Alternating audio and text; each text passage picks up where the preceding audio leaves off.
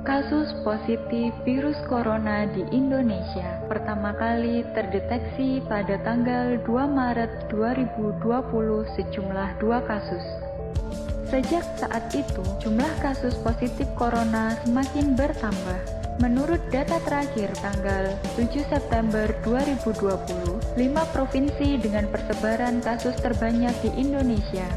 Posisi pertama DKI Jakarta, posisi kedua Jawa Timur, posisi ketiga Jawa Tengah, posisi keempat Sulawesi Selatan, sedangkan di posisi kelima Jawa Barat. Harian Kompas 2 Maret 2020 mengatakan bahwa penyebaran COVID-19 dimulai dari seorang ibu dan putrinya yang tertular dari warga Jepang. Banyak tindakan yang segera dilakukan oleh pemerintah Indonesia. Salah satunya adalah karantina wilayah. Pekerja dan pelajar melakukan aktivitas hariannya dari rumah. Namun tidak sedikit yang mulai merasa gelisah, putus asa, sedih, depresi, dan juga marah. Dalam wabah ini terdapat pasien yang meninggal dunia. Banyak yang dinyatakan negatif dan akhirnya sembuh. Nah, pada studi meta-analisis tahun 2020 menunjukkan bahwa pemberlakuan karantina dapat menimbulkan dampak psikologis yang sebesar 7-14% pada populasi di masyarakat. Dampak psikologis yang terjadi dikenal dengan istilah cabin fever. Apa itu cabin fever? Cabin fever adalah serangkaian perasaan tidak nyaman, emosi negatif, dan sensasi yang bisa saja dirasakan ketika terisolasi. Pada penelitian yang dilakukan oleh Russ Christensen pada 6.361 subjek yang terisolasi pada kabin di musim dingin, menjelaskan bahwa cabin fever ini adalah istilah yang digunakan di bagian utara dari Amerika Serikat, Kanada, dan Alaska yang menjelaskan reaksi pada manusia yang diletakkan pada ruang terbatas pada waktu tertentu akan meningkatkan suatu tindakan kekerasan dan masalah pada kesehatan mental. Ahli yang lain menjelaskan bahwa kejadian cabin fever ini sering terjadi di penerbangan di mana penumpang maupun awak kabin yang sering melakukan perjalanan dengan menggunakan pesawat menjadi lebih mudah tersinggung dan marah.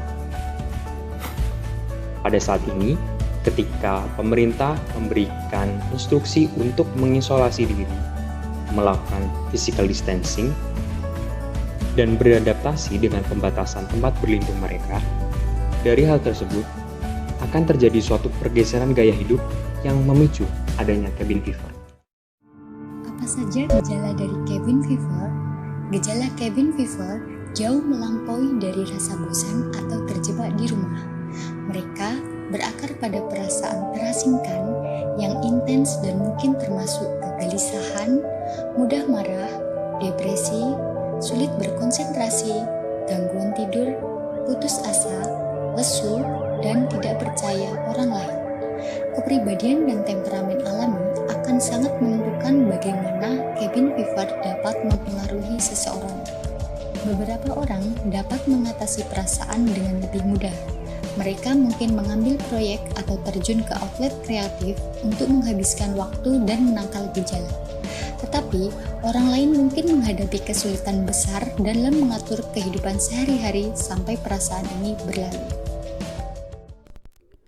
Lalu hal apa saja yang dapat membantu mengatasi cabin fever saat pandemi COVID-19 ini? Olahraga. Olahraga ringan adalah salah satu cara paling ampuh dalam mencegah cabin fever. Selain meningkatkan imunitas tubuh, olahraga dapat melepas hormon endorfin yang dapat meningkatkan suasana hati.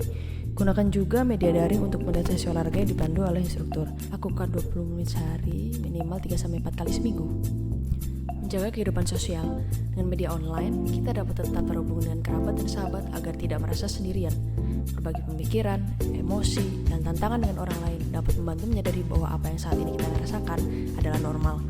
Berhubungan dengan orang lain bahkan dapat membantu menemukan solusi kreatif untuk masalah yang sedang kita hadapi. Pada masa pandemi ini, kita memiliki lebih banyak waktu luang. Ekspresikan segala sisi kreatif yang kita miliki. Jaga otak kita tetap sibuk agar dapat melawan rasa bosan. Melalui hobi kita seperti berkebun, bermain musik, melukis, menjahit, memasak, dan lain-lainnya. Kita dapat membawa dunia luar ke dalam rumah, pasang bioskop mini di rumah untuk menonton film bersama keluarga.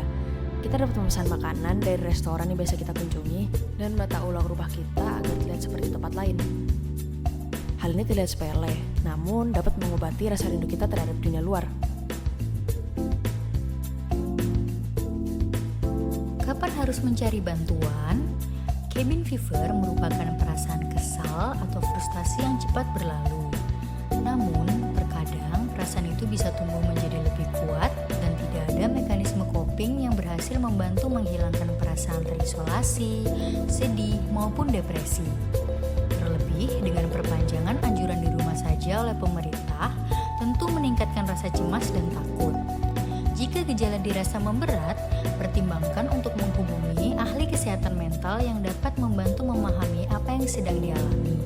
Apabila terdapat pikiran yang mendorong salah satu dari hal berikut: pertama, peningkatan kecemasan atau depresi; kedua, perilaku obsesif kompulsif yang baru berkembang atau semakin memburuk; ketiga, kurangnya minat, energi atau motivasi; keempat, tidur terasa terganggu; kelima, nafsu makan berkurang.